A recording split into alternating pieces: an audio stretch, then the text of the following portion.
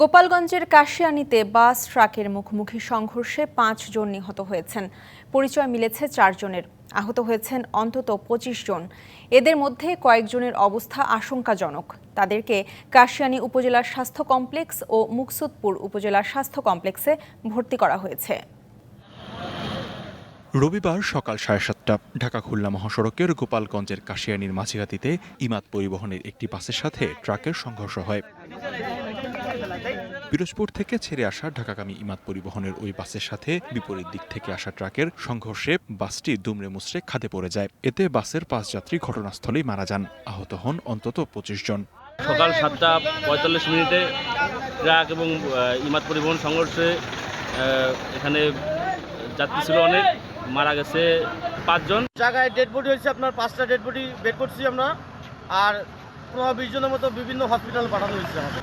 নিহতদের মধ্যে ৪ জনের পরিচয় শনাক্ত করা সম্ভব হয়েছে। তারা হলেন সামাদ আলী, তানিয়া আফরোজ, সাকিবুর রহমান ও রোহিত শেখ। এর মধ্যে রোহিত শেখের বাড়ি গোপালগঞ্জের সদর উপজেলায়, বাকি সবাই খুলনা অঞ্চলের। রাস্তাঘাট যানজট সব ক্লিয়ার করছে এবং তাদের ট্রিটমেন্টও খুব ভালো ট্রিটমেন্ট চলছে। যারা মারা গেছে এদের ৪ জনের বাড়ি খুলনায়, ১ জনের বাড়ি গোপালগঞ্জ, আমরা এই পর্যন্ত জানতে পারছি। আহতদের কাশিয়ানী উপজেলা স্বাস্থ্য কমপ্লেক্স ও মুকসুদপুর উপজেলা স্বাস্থ্য কমপ্লেক্সে ভর্তি করা হয়েছে।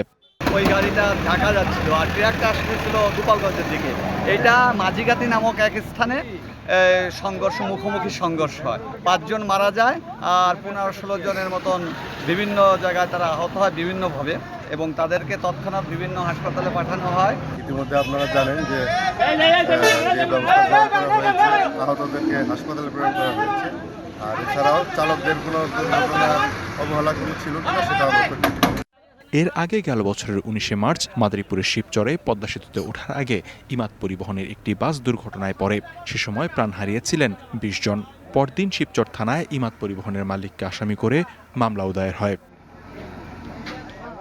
DBC news desk.